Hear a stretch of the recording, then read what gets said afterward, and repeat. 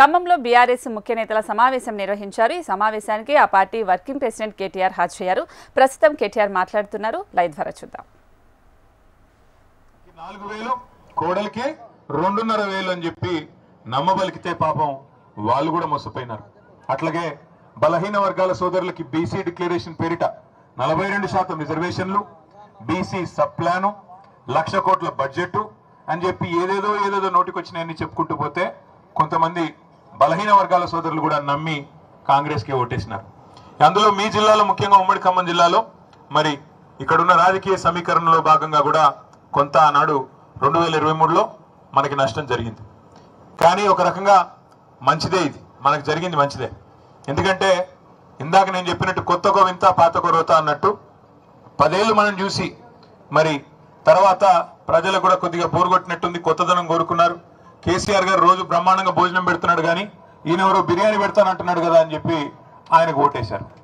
ఓటేసిన తర్వాత ఇవాళ 20 నెలల్లో ప్రజలకు అర్థమైంది ఏంటంటే ఓటేసిన పాపానికి కాంగ్రెస్ కాటేస్తుంది తప్ప, కాంగ్రెస్ కాటికి పంపుతుంది తప్ప పొరపాటున కూడా ఒక్కటంటే ఒక్క మాట కూడా నిలబెట్టుకోదు అనే విషయం ఇవాళ రాష్ట్ర ప్రజలకి, అన్ని వర్గాల ప్రజలకు కూడా పూర్తి స్థాయిలో అర్థమైంది.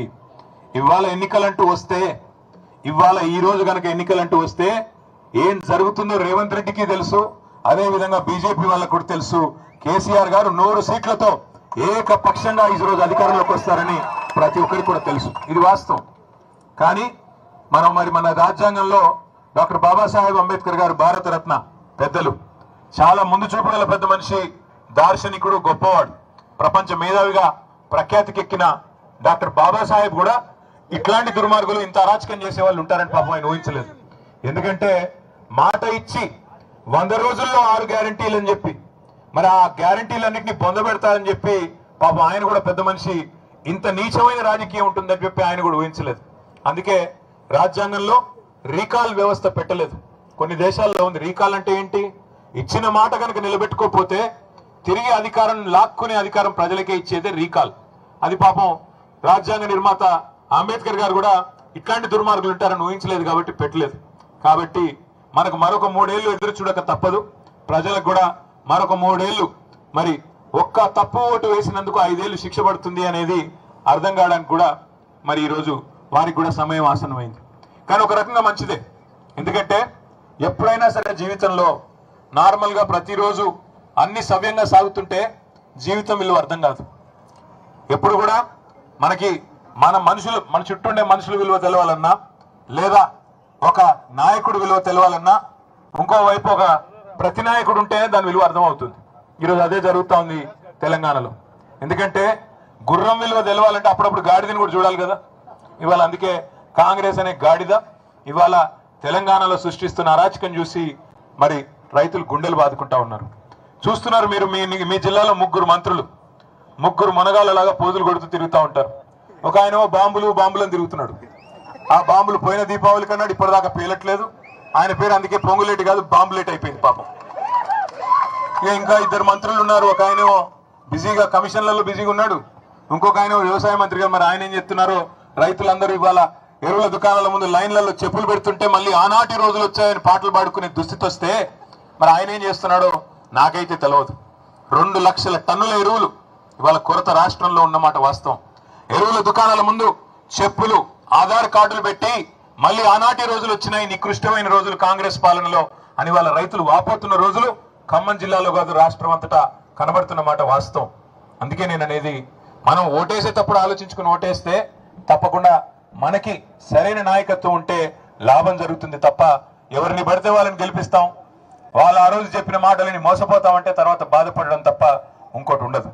వాస్తవానికి ఇవాళ మనకు ఒక మంచి అవకాశం ఉంది. సరే, శాసనసభకి ఎన్నికలు 3 ఏళ్ళు ఉండొచ్చు కాక, కానీ వేదిక మీద కూర్చున్న వాళ్ళందరం కూడా మేము మీకు మాటిస్తా ఉన్నాం. రేపు రాబోయే రోజుల్లో, రాబోయే ఆగస్టు లేదా సెప్టెంబర్ మాసంలోనే స్థానిక సంస్థల ఎన్నికలు జరుగుతూ ఉన్నాయని చెప్పి మరి వార్తలు వస్తూ ఉన్నాయి. మీ అందరికీ, ఇక్కడికి వచ్చిన మా సోదరులందరికీ మీకు మాటిచ్చేది ఒకటే, మీరు మా కోసం శాసనసభ ఎన్నికల్లో, పార్లమెంట్ ఎన్నికల్లో ఈ వేదిక మీద కూర్చున్న వాళ్ళ కోసం మీరు కష్టపడ్డారు. ఇప్పుడు మా వంతు మేము మీకోసం కష్టపడతాం. ఎంపీటీసీలుగా, జెడ్పీటీసీలుగా, అదేవిధంగా కౌన్సిలర్లుగా, కార్పొరేటర్లుగా పోటీ చేయాలనుకునే సోదరులకి నేను చేసే విజ్ఞప్తి ఒకటే, దయచేసి నడుం బిగించండి. ప్రభుత్వం మీద ఇప్పటికే ప్రజలకి వాంతికి వచ్చినంత కోపం ఉంది, అంత ఇబ్బందిగా ఉంది. మరి అట్లాంటప్పుడు దీన్ని కనుక మనం సరిగా వాడుకుంటే ఖచ్చితంగా ఖమ్మం జిల్లా పరిషత్తు, అదేవిధంగా కొత్తగూడెం భద్రాద్రి జిల్లా పరిషత్తు కూడా మనం గెలిచేదానికి అవకాశం ఉంది. అట్లాగే మున్సిపాలిటీలు కానీ మండలాలు కానీ మీరు యువకులు ముఖ్యంగా ముందుకొచ్చి కాంగ్రెస్ ను చీల్చి చెండాడి వాళ్ళు చేసిన మోసాన్ని కనుక ప్రజలకు సవ్యంగా విడమర్చి చెప్పగలిగితే అద్భుతమైన ఫలితాలు సాధించే అవకాశం మన ముందే ఉంది. ఎందుకంటే మీ జిల్లాలోనే ఈ అవకాశం ఎక్కువ ఉంది. ఎందుకంటే గొప్ప ఆశతో ఏదో చేస్తుంది కాంగ్రెస్ అనే ఒక ఆశతో మీ జిల్లాలో ఆ పార్టీకి 9 సీట్లు కట్టబెట్టారు. గెలిచిన మన ఒక ఎమ్మెల్యే కూడా వాళ్ళలోనే కలుపుకున్నారు. ఇప్పుడు మొత్తానికి 10కి 10 వాళ్ళే ఉన్నారు. అదేవిధంగా ఎంపీ గారు కూడా వాళ్ళే గెలిచారు. కాబట్టి మనం అడిగే హక్కు మనకు ఉంది. ఈరోజు ప్రధాన ప్రతిపక్షంగా ఖచ్చితంగా ప్రజల పక్షాన అడిగే హక్కు మనకే ఉంది. ఎందుకు అంటే ఇచ్చిన ప్రతి మాట నెరవేర్చేదాకా ఎన్ని అక్రమ కేసులు పెట్టినా, ఎన్ని రకాల అపసవ్యపు మాటలు మాట్లాడినా, ఎన్ని రకాల డైవర్షన్ పాలిటిక్స్ చేసినా వదిలిపెట్టే సమస్య లేదు. రేవంత్ రెడ్డి భరతం పట్టే బాధ్యత, కాంగ్రెస్ భరతం పట్టే బాధ్యత మనందరం సమిష్టిగా తీసుకుందాం. రేపు ఇక్కడ గులాబీ జెండా ఎగరేసి ఖమ్మం జిల్లాలో ముగ్గురు మంత్రులున్నా వాళ్ళ వల్ల ఏమి కాదు, ప్రజాబలం ముందు ఎవరైనా సరే తల ఒగ్గక తప్పదు అనే సందేశాన్ని రేపు ఖమ్మం జిల్లా నుంచే ఇద్దాం. దానికోసం వాళ్ళు డబ్బులు బాగా ఉండొచ్చు, వాళ్ళకి డబ్బులు పంచి గెలుస్తామనే అభిప్రాయం ఉండొచ్చు. ప్రజలు మేము మాల మీద డబ్బులు కొడితే మాకే ఓటు గుద్దుతారు, మన గుద్దలేదా ఇప్పుడు అట్లే ఇస్తారులే అనుకోవచ్చు. కానీ ఖచ్చితంగా మనం గనక గట్టిగా మరి ప్రజల తరపున కాంగ్రెస్ మోసాన్ని ఎండగట్టే విధంగా గ్రామాన మీరందరూ మరొక కేసీఆర్ లాగా కథానాయకులై కదిలితే తప్పకుండా ఖమ్మంలో, అదేవిధంగా కొత్తగూడెంలో మనకి 2 జిల్లాల్లో కూడా మంచి అవకాశం ఉంది. తప్పకుండా నేను జిల్లా నాయకత్వాన్ని కూడా కోరుతా ఉన్నా, నియోజకవర్గాల ఇన్ఛార్జీలను కూడా కోరుతా ఉన్నా. నియోజకవర్గాల వారీగా, మండలాల వారీగా మనం సమావేశాలు ప్రారంభించుకున్నాం. ఇప్పటికీ కొన్ని చోట్ల, చేయని చోట్ల అది కూడా కంప్లీట్ చేసుకుందాం. మరి రాబోయే రోజుల్లో ఆగస్టులో, సెప్టెంబర్లో ఎన్నికలు వస్తా ఉన్నాయి అంటున్నారు. కాబట్టి పార్టీ వైపు నుంచి మీకు సంపూర్ణ సహకారం ఉంటుంది. మెటీరియల్ కూడా మొత్తం పార్టీ నుంచే వస్తుంది. ఎంతో సహాయ సహకారాలు కూడా మీకు అందరికీ అందుతాయి. తప్పకుండా మీరందరూ ఎక్కడి వాళ్ళు అక్కడ కథానాయకులై కదిలితే మన పార్టీకి మళ్ళీ తిరిగి ఖమ్మం జిల్లాలో అద్భుతమైన విజయాన్ని నమోదు చేసే అవకాశం ఉంది అని చెప్పి మీ అందరూ కూడా విజ్ఞప్తి చేస్తూ, ఇంకా 3-4 కార్యక్రమాలు ఉన్నాయి కాబట్టి అక్కడికి వెళ్లేదానికి మీరు పర్మిషన్ ఇవ్వాలని చెప్పి కూడా కోరుతూ, జై తెలంగాణ, జై కేసీఆర్.